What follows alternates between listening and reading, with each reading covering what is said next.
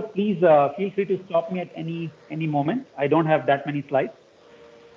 So first of all, I would like to thank Suresh for inviting me to this, for giving this lecture, and everybody in the audience who's present. And hopefully, I'll be able to do justice to your time, and you will learn something or have some ideas to ponder about. So what will I talk about? It's mostly about latency performance of coded parallel server systems. And we will see each of those components in a little bit detail as we go along. So before I begin, first question anybody should ask is that, why should I even listen to this slide? So in some sense, this is a bit of a historical slide which tells you how communication applications evolved over time. So I have a plot here where I have rate requirements on the x-axis and delay tolerance on the y-axis. And maybe the first application which came into existence was voice, right, which had low delay tolerance and also low rate requirement. And so people were able to do some signal processing techniques to support this, right? So FYI, voice only requires 256 kbps bandwidth. So it's not that difficult to satisfy. So, and then came, so there is, at the same time, there were developments happening in communication theory, and people were able to find the capacity of the channel. And it turned out that if you're really not that much, interested in delay, then you can actually operate very close to the capacity, because a lot of, interesting codes were developed, and file transfer sort of lies in that regime, which has high rate requirement, but the delay tolerance is also very high. You don't really care about whether you get the file right away. You can take all day to download if it's a very large file, or maybe even multiple days. So initially, the communication networks were designed for voice, and then they were, designed for file transfer. And now, if you see in the current scenario, the emerging applications such as video streaming, they require low latency tolerance and high throughput requirements, right? So they're towards the right bottom of the plot, and these are the most difficult applications to satisfy, because not only you want high rate, you also wanted low delay. So all your information theoretic regime, if you study any information theory, you know that to achieve the capacity, you have to probably use very, very large code words. And if you want to use very large code words, you'll have to wait till you receive all of them and then decode. That means very long delay. So this is something which may not be of interest to, which may not be amenable to the application. For example, if you're trying to watch a live video. All right, so why video streaming? Why do I care about in these applications? The point is that these applications dominate internet. So the curve which I have plotted here, it's not really a curve, it's more like a breakdown of the percentage of applications over the internet.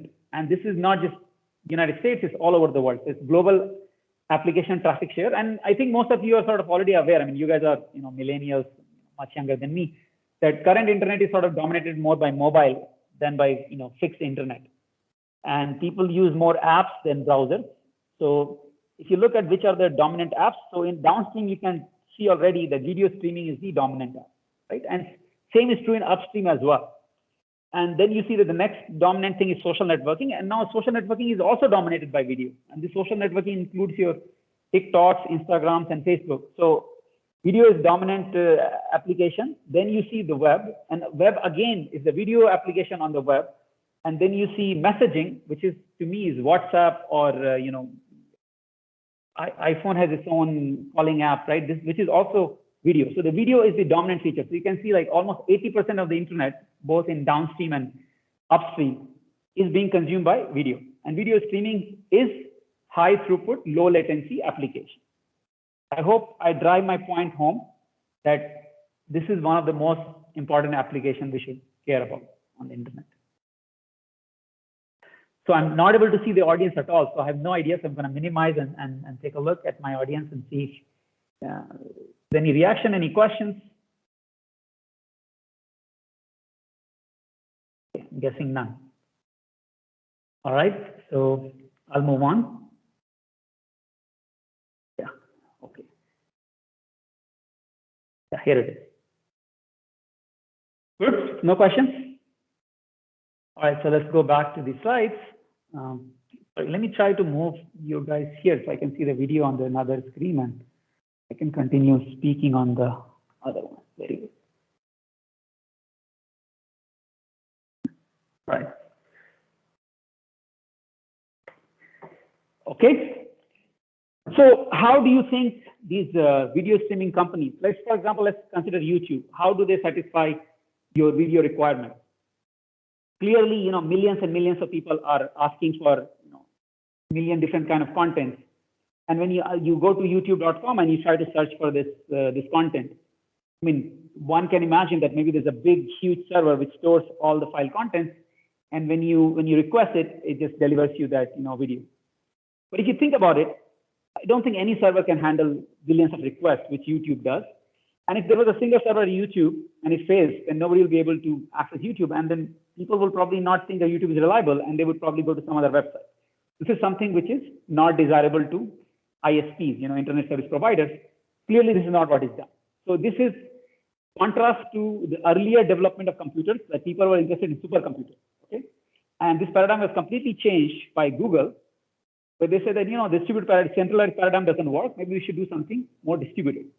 So what is done in current internet is something called content delivery networks. So what is done is that even though maybe I have a centralized collection of all different files, I store it on multiple servers. So for an example here, what I'm showing you that suppose I have 8 files, and now you can think of 8 files as 8 billion, because on my screen I cannot draw 8 billion files. So what is done is that you have this huge server farm, and each of them are storing a subset of these files. All right. And so when the requests come, and then I see that you're requesting for file number X, then I see that which of these servers is storing your file, and I'm just going to route you to those files. So what will happen that if there is a hardware failure, you at least not all files are gone, some files are gone. And if there's some attacks, maybe only part of your network is down, your network is still sort of alive. So you can be susceptible to hardware failures and attacks. So you're still susceptible in the sense that the part of the network can still go down. So what people can do, they can do something smarter. What they can do is that instead, not only they divide your entire file set into different servers, they can store files redundantly. So for example, here I'm considering the case of 6 files, and server 1 is storing file 1, 3, and 5. Server 2 is storing file 1, 4, and 6. Server 3 is storing file 2, 3, and 6, and server 4 is storing file 2, 4, and 5.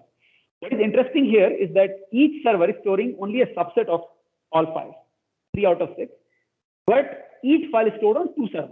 So suppose server 1 goes down, I can still find file 1 on server 2, file 3 on server 3, and file 5 on server 4.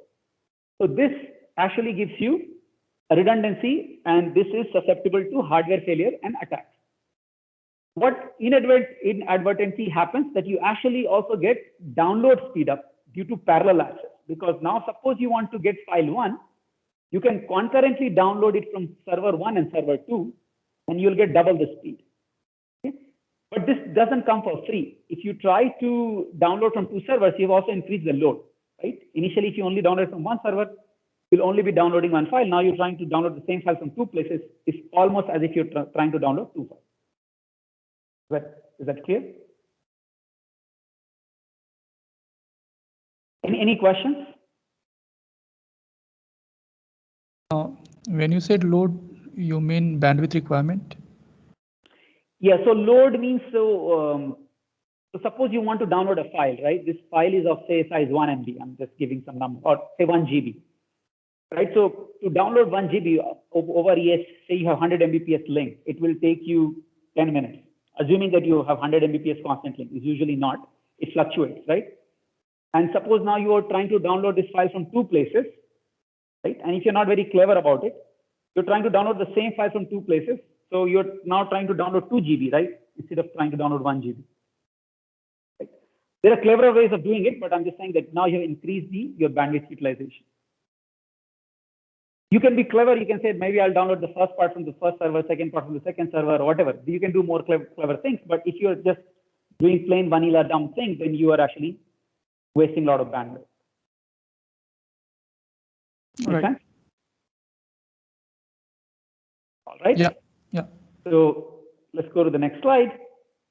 So you can actually do something. So there is a problem. The problem is that if you have watched YouTube or any kind of content you watch online, then you know that certain contents are definitely more popular than the others. And in fact, there is this whole idea of viral content, right? If a movie is going to release, the PR team is going to do a lot of marketing, gonna flood the market with their ads, and suddenly these from 0 to they will have like millions of views, right? So definitely some contents are more popular than the other, and imagine those servers which are handling those contents, they're gonna be overloaded, right? Well, there's some other servers which are handling not so popular content and they are underloaded. So what you see is some kind of imbalance in the load, right? Some servers are working really, really hard while some servers are sort of relaxed, right? Not much is going on. So what you can do, one way to solve it is that you sort of divide your file and store it at multiple places. This sort of gives you load balancing. So what happens that you store popular and unpopular content at the same server. So if you do it in a clever way, then all servers sort of see the same amount of download requests from each one of them, right? So again, taking the same example of 6 files, what I've done is divided each file in 2 parts, 1A and 1B, 2A and 2B, 3A and 3B, 4A, 4B, 5A, 5B, and 6A and 6B. Now, instead of storing, I still have each server can store, say, only 3 out of the 6 files. But now what I've done, I have divided each file in 2 small fragments. So each server will store 6 small fragments, right? So suppose it's gonna store 1A, 3, and 5A, 2B, 4B, and 6B, and so on and so forth for each of those 4 servers. Is that clear? If you go back to the previous slide, I'm still doing the same. The storage space has not changed. The number of files has not changed. What I have done is just subdivided and try to make sure that the load balancing is happening. Is that clear? So you divide the file and store it multiple places. Now what's going to happen? If you want to download file 1, you can go to all 4 servers. Maybe you can get part A from one of the first 2 servers, and you can get part B from one of the server number 3 and 4, either of them, correct? So even if something gets popular, so out of say 1 to 6, anything gets popular, it will go to all 6 servers, all 4 servers, right? So they all equally loaded. So this is one clever way of load balancing. Questions? All right. So this is one of the ways you can guarantee availability, but you can on better content distribution by storing file segment on multiple servers. Okay. So now let's go to the specific model which I'll consider. I will focus on just a single file for the sake of analytical tractability, but whatever I talk today can be extended to the multiple file scenario. Okay? Just to understand the underlying math and how to model it nicely and get some decent results, we'll just focus on single file. Is this okay? And to begin with, and I will complicate it in a second, I'm going to start with a very simple kind of redundancy called replication. What is replication? Is that if I have a file 1, we divide it into 2 parts, A and B, that is 1A and 1B. Replication means just I store 1A 2 times and 1B 2 times. I mean, it's 2, it can be 3, whatever. Right? So I'm just replicating. I'm not doing anything clever. Yeah. So if I divide into say K parts, and each of them I replicate R times, then I'll have KR fragments, right? K fragments divided into coded into KR. Each of them replicated R times, I'll have KR coded fragments. Typically, I'm considering the case where each of these replicas are on the one unique server, right? So I had one file divided into 2 fragments. Each fragment is repeated 2 times. So I have 4 fragments, each fragment stored on one server each. Clear? How can I reconstruct file 1? By getting A from server 1 or 2 and getting B from server 3 or 4. Is that clear?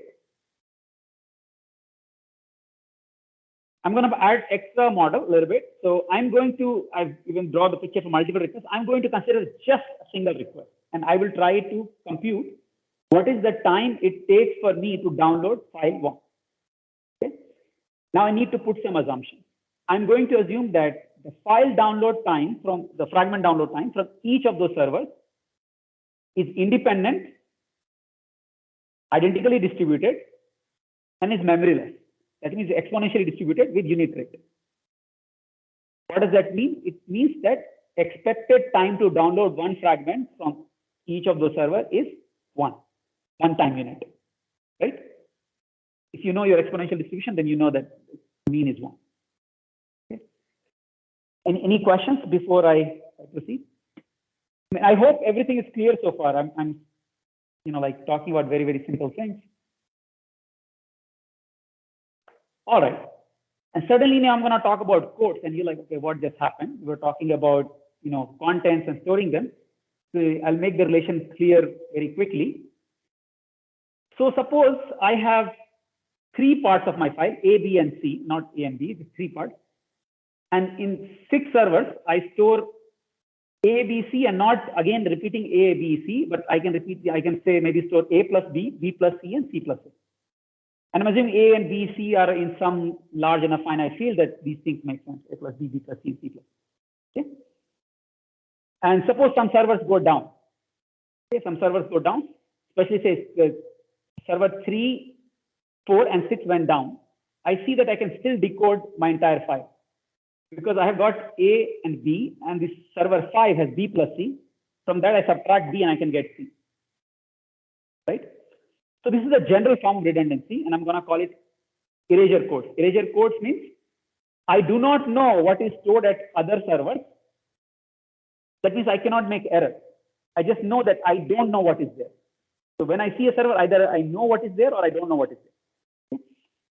So what will be the general framework? That I have K fragments, I've encoded into KR fragments. R is my code rate, N by K. And I can reconstruct my file by finding K coded symbol, and I'm going to call it information set. I'll see more detail what information sets mean, but here you can see that I divided my file into 3 fragments, and if I go to 3 particular servers, I can download my file. With 3 very specific servers. Not all 3 will work, but some 3 will work. Is that clear, this idea? Okay. Now let's think of it in terms of download. So even if this, your server doesn't go down, the erasure ideas are still valid. So suppose I have this same code, A, B, C, A plus B, B plus C, and C plus A. This is what is stored at 6 servers. You just don't know what A, B, C, and A plus B, B plus C, and C plus A are because you don't know A, B, C.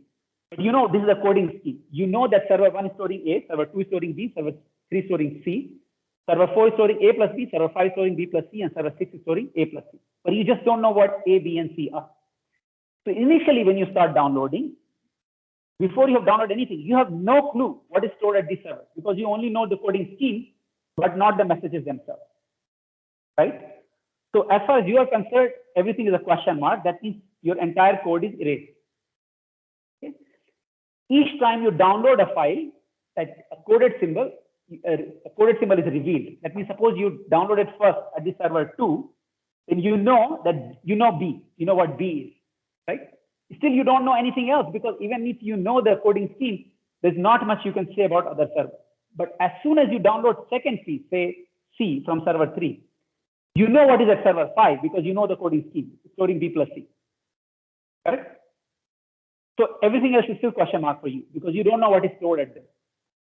So if you start thinking of this in time, the download process over these parallel servers is as if your erasers are revealing themselves over time. Initially, you start with all code erased, and then slowly you get one symbol, then second symbol. It is clear that if you wait long enough, all the erasers will be revealed. But that will be waste of time. You can actually decode before all erasers are revealed. Okay? So let's see that. In fact, you can see that if I was able to download from server 1, 2, and 3, that will be enough for me to download the file. If I was able to download from server 1, 2, and 5, that will be enough for me to download the file. If I was able to download from server 1, 3, and 4, it will be enough for me to download the file. And similarly, if I was able to download from server 2, 3, and 6, it will be enough to download the file. Is that clear? It's enough to decode A, B, and C. These are some of the examples of information sets. What are information sets? These are the K size subset. That means the size of subset of the same as number of fragments, which are enough to reconstruct my original message. Okay. So if no question, then I'll proceed. Good. All right. So specifically, let's take 2 examples. So here you see what are the information sets are, right? But these are not the all information sets. Who can tell me another information set which is not here?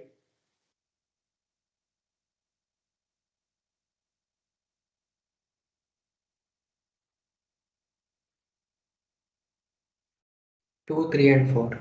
Server 2, 3, and 4. Server 2, 3, and 4. So if you get B, C, and A plus B, correct?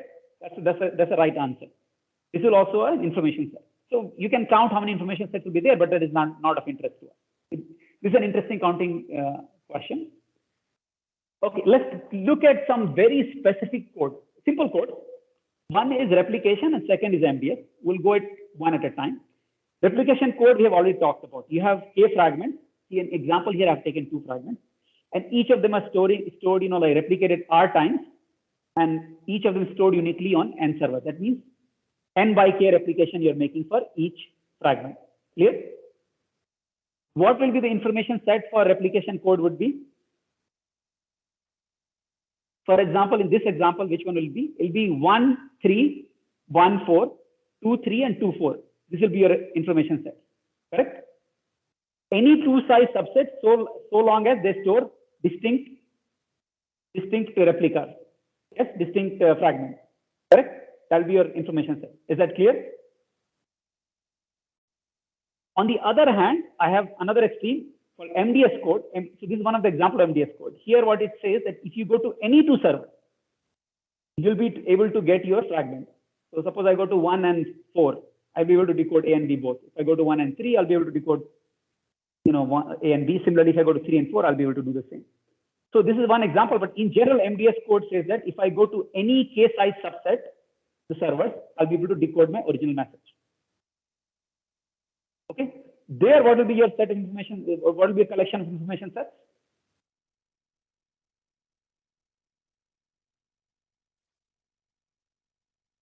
Any K subset. Any K subset, right? Because you can decode from them, right? That's clear. Very good. All right. So this is very important. Why is this very important? Because let's go back to our original example which we had given. So suppose you started downloading, right? So even though it's written A, B, C, A plus B, B plus C, A plus C, for you it's question mark. You have not downloaded anything. You don't know what they have. Correct? So if you don't know what they have, all the servers are useful to you, right? Because you do not know which will be able to download first, right?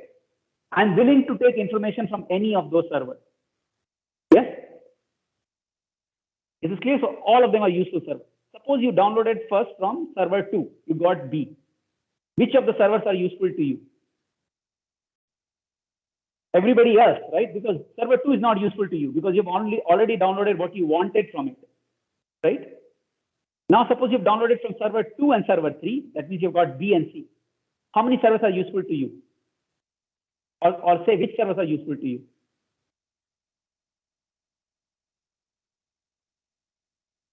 Any server apart from them? No. Actually, server 1, 5 5, and 6. Only one. No. 1, 4, 4, 5, and 6. Right? From 1 you can get A, or you can get A from 4 also, A plus B, right? Because you have B, you can subtract B and get A. Or from A plus C, you can subtract C and get A. But 5 is not useful because B plus C is not giving you any other information. You already have B and C. You know what server 5 has. So server 5 has become useless to you. Right? So this can be actually easily computed because what will happen that whatever you're downloading is sort of part of some information set, right? Because you're going to download one information set. So if you have downloaded something, it's a subset of some information set. So the set of useful servers is basically S minus T union over all information set S, right? T is what you have downloaded so far. So we are going to look for only for symmetric codes where the cardinality of useful server depends only on how many you have downloaded, not exactly the identity of the server. And that makes the analysis easier. Otherwise, you have to always look at the set of the servers which are useful to you. So I'm not explicitly telling you, but you can see in this example here, if you have downloaded 0 messages, the number of useful servers is 6. If you have downloaded 1 message, number of useful servers is 5. And if you have downloaded 2 messages, number of useful servers is 3, not 4. So you can check. If you download anything else, but you download 2, you'll always get the number of useful servers 3. Parimal. So this is very important. This is what I'm going to call symmetric code, and the rest of the talk, I'm just going to focus on that. Is that okay? Yeah, Parimal, I have a question. Yes. So the useful server you have mentioned is union of S without T, and the T being for example, here 2 and 3, that is B and C is there. So Very in this good. equation, how are you covering B plus C? Does 5 also come under very good. T? So if you think about it, what is the information set? B, C, and B plus C does not make an information set. Okay. So you should go and you'll have to write all these things. A, B, C makes an information set. A plus B, B, C makes an information set. A plus C, B, C makes an information set. Right? From all of them, what is common? B, C. If you remove that, then you'll be left with union of A plus B, and A plus C. And that is exactly the set of useful servers. And if you take its cardinality, you're going to get 3. Maybe I went over too quickly, but did you understand what I just said, Vishal? No, like the equation is not quite understood to me, because I think that B plus C is not covered here. Maybe there should be something like a function of. Not useful. B plus C is not useful, so it will not be covered. Yeah, but it should be excluded, right? So S without T and I. So that's exactly what I'm saying. So B, C, and B plus C is not an information set. Do you agree or you don't agree? Yes. B, C, and B plus C is not an information set because it has cardinality 3, which is the number of fragments. But with these 3, you cannot decode A, B, and C, right? So right. B, C, B plus C will not be included. So automatically, useful servers will also not have B plus C. Okay. If it's not clear, maybe in the end, I will write it down and you will get the answer. To do some calculation. Okay. All right. So now what is easy, if we come back to our original case of symmetric code, now it's very easy to compute the number of useful servers. In fact, first of all, I'm not going to prove it, but replication and MDS, they're both symmetric. Okay. They're both symmetric cases. So let's think about it. If you have downloaded, say A, then how many servers are useful to you? In the example here? 2 servers, right? Suppose now you had K fragments, right? Each of them are stored on N by K servers, right? Because K fragments are stored on N servers, and each is replicated N by K times. So if I download L of them, how many servers have become useless? Wherever they're replicated, right? L into N by K servers has become useless.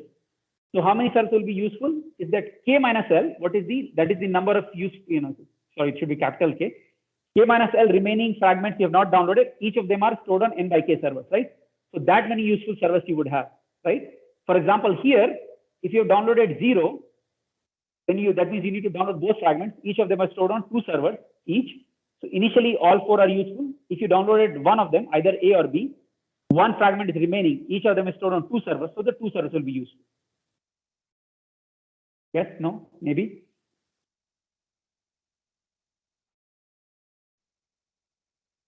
Does that make sense? Now let's look at MDS code. If you have downloaded a fragment, how many servers are useful?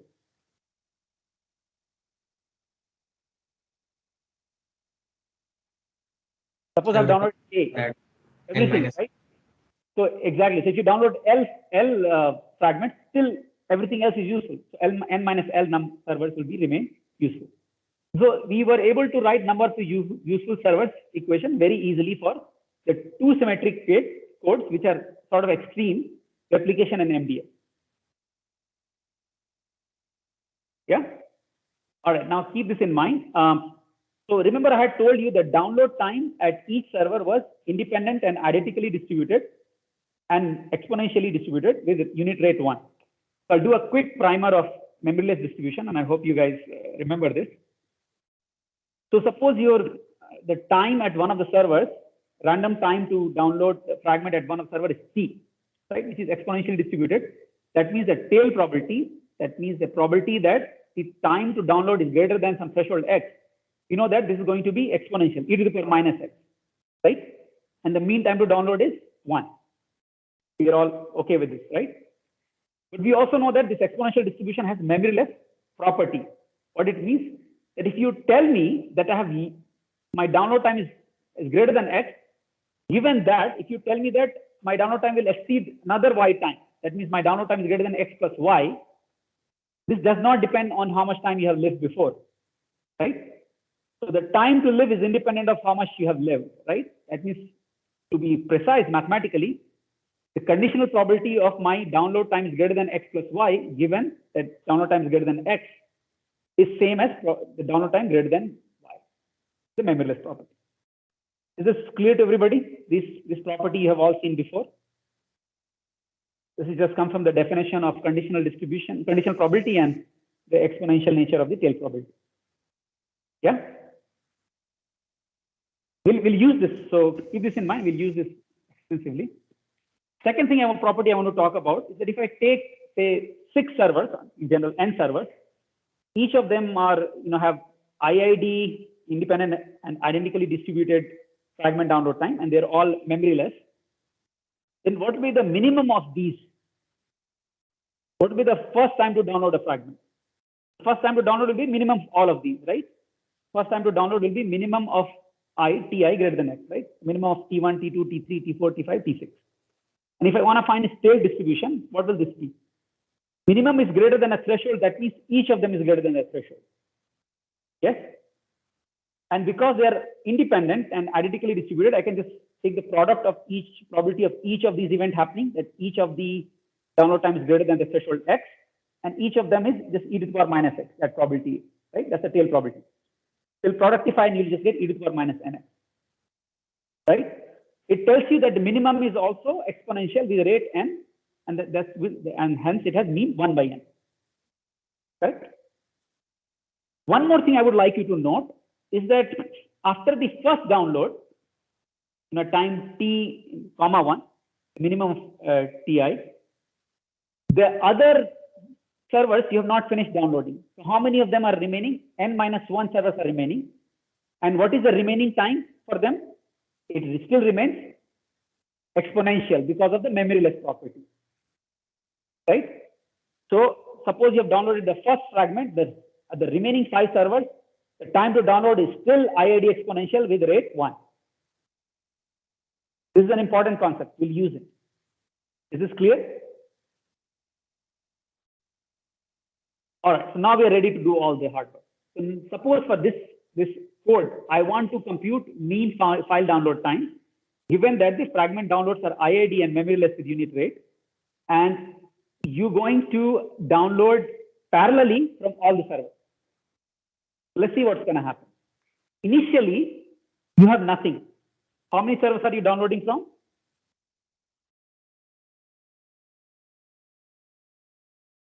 6, right? 6, right? So what is the mean time to download first fragment? 1 over 6. 1 over 6, right? Which is number of useful servers at the beginning, N0. N0 is 6 in this case. If you download first fragment, which is B, after that, how many? What is the time to download the second fragment? After you downloaded B, how many servers are running in parallel for you? 5. 5. 5, because you have 5 useful servers after first download, right? What is the time to download the second fragment? Mean time to download the second fragment? 1 over 5. 1 over 5, correct? Is this clear to everybody? If you download, now suppose B and C, 2 fragments you've downloaded. Now how many servers are useful to you? 3. 3. 3, right? So what is the time to download third fragment? 1 by 3. 1 by 3. 3. So you can see that the mean time to download a file is the harmonic sum, where in the what is not harmonic sum, but the one reciprocal of number of useful servers. Sorry, this should be k minus 1, not v minus 1. So 1 by n0 plus 1 by n1 plus 1 by n2 plus 1 by n3 and so on till 1 by n of k minus 1. Correct? So this is easy to compute this formula. Are we good? Now we have done all the hard work. Now we're just going to apply it. Okay. Let's go back to our extreme examples of replication and MDS code. For replication, what is going to happen? We know what is NL is. What is the number of useful servers after L download? It's k minus L into n by k, right? The remaining fragments which I need to download multiply with the replication factor. And if you just sum it up and you use your approximation for harmonic sum, then you will see that it turns out to be the code rate k by n multiplied by some log k plus 1. Okay? And similarly for MDS code, we know that number of useful servers is n minus L after L download. And you can see that if L is, this K is small and N is large, then it's almost adding 1 by N K times, right? So it's approximately equal to K by N, right? This approximation is easy to see. Is this clear? So mean download time is easy to compute for at least these two examples. You can find in closed form and you can also find approximation. What is easy to see that MDS code is the optimal code for minimizing the download time. This is, there is no other code which can keep your number of useful servers higher than this, right? And we see that the larger the number of useful servers is, the smaller your mean download time is going to be, right? So this is the best possible code, correct? So now you might think, oh, this is all very simple, but we have actually proved very, very strong results. This was one of the first results in the literature where people could show, affirmatively that MDS codes are optimal for minimizing download time, mean download time, among at least in a class of symmetric code. In fact, you can see it is minimizing download time across class of all code easily. All right, so now I've just plotted some numerical studies just to give you a rough idea of what these things look like. So here what I've plotted, as the number of fragments increases, I've downloaded the mean download time, but I have kept this code rate fixed. That means the replication factor is 5, N by K is 5, or K by N is 1 by 5. So if you keep the code rate constant and you increase the system, what it means that suppose you are Google, you're gonna replicate each email 5 times, but of course the number of emails which you have is in billions. And then you see that how long does it take for people to download their emails? You can see that if you just do dumb replication, as the number of email grows, your download time is increasing. This is something which you would not like, right? But if you are clever and you store it in an MDS coded manner, you can see that as the number of fragments increases, nothing happens. It's almost constant, the download time, right? So the replication performs worse as the system grows larger. In fact, you can see it's a log factor extra in replication when compared to MDS. And we had seen this before, right? K by N into log K plus 1. Right? And I have another plot here. I have mean download time, but plotted as the number of coded symbols while I keep the number of fragments fixed. So suppose there are only 5 fragments of the file, but you store them redundantly over many, many servers. Then you see that as you increase the, if you decrease the code rate, if you increase N, the K by N will become very, very small, right? If you replicate it many, many times, whether you replicate or MDS code doesn't matter because your parallelization is so high that coding is not that important. So you don't have that much gain by redundancy. So, and you don't want to store maybe that often because you're just wasting the system resources. Right? So these are the 2 points which I wanted to make, and that's pretty much the end of my talk. So I want to conclude by some summarizing thoughts. So what we looked at, that we can reconstruct file by parallelly downloading coded fragments, and this is similar to eraser decoding. So we get coded symbols, and from that we reconstruct the file. We were able to compute mean download time for symmetrically coded distributed storage systems. And we saw that MDS was the, for exponential download times, we proposed to maximize mean number of useful servers instead of minimizing latency. And we show that MDS codes are optimal, not only among symmetric codes, but among all codes. Because the best number of useful servers you can have comes from MDS. Okay, so before I conclude, I want to thank all my collaborators. So right now, my presentation looks very clean and simple, but the simplicity comes from years of working in this area. And all these people here on the slide, they have helped me understand this area better.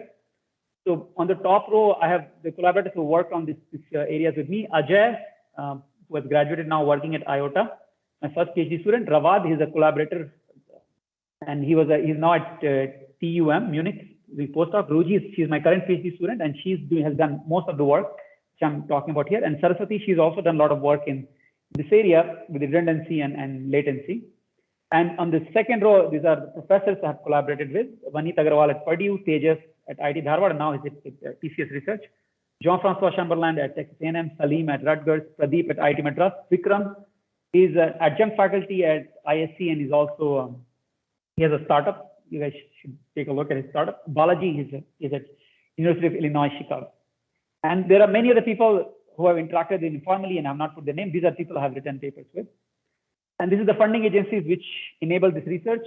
Of course, ISC, EC, Department of ISC, Robert Bosch Center for Cyber Physical Systems, CNI, Center of Network Intelligence, which is funded by Cisco Corporate Social Responsibility, CERB, Science and Engineering Research Board, Department of Science and Technology, and Department of Telecommunications. These are some of the references on which this work was based. And one of them has appeared in ICIT. This is work with Ruji and Ajay and Pradeep. And its journal version is on arXiv and also under review at Transaction Information Theory. And the first paper which came with Ajay and Jean-Francois Chamberlain is in Transaction Information Theory, and it's already, you can easily access it. So I'm open to any questions, and I have some small presentation of CNI which I will make in the end after I take. Thank you. Thank you, Paramil. Any questions? Parimal. Yeah. So like with the MDS approach that you have, so yeah, so suppose in this in the MDS code in the third server you have like A plus B, and then if we have like A B C D E something like that, so is the combination only going to be between two, or is the performance going to improve with more combinations? There's a reason I did not plot for ABCD, because then it's not just, it's a bit more complicated. MDS codes for higher fragments become more complicated, and you have to take a course in coding theory to understand how it will be. What I only needed was their property that however complicated the code is, you only need any K symbols and you can decode. How do you decode is not clear. It will be some polynomial decoding. Okay? So for that you have to take a course in coding theory, which I'm sort of sweeping under the rug. But we can discuss it offline. It can be done. It will not be very simple like this. Plus and minus will not work. Yeah, but is the performance going to be something better? Like performance will be same, right? Because all you needed to know was that is this subset, any K subset is sufficient. That property continues to hold true. Nothing changes. This result is general. It's not just for 2 and 4. Yeah, got it. Does that answer your question? Thanks, Vishal. So in the meantime, while people are thinking of some question, let me go ahead and quickly, present this slide on intro to CNI, which I think I had promised Suresh that I'll talk about CNI. So even though I gave a technical talk, I thought I will give a talk on CNI. Just give me 1 second. Okay. Yeah. Can you see this? Yes, sir. I can see. Let me go ahead and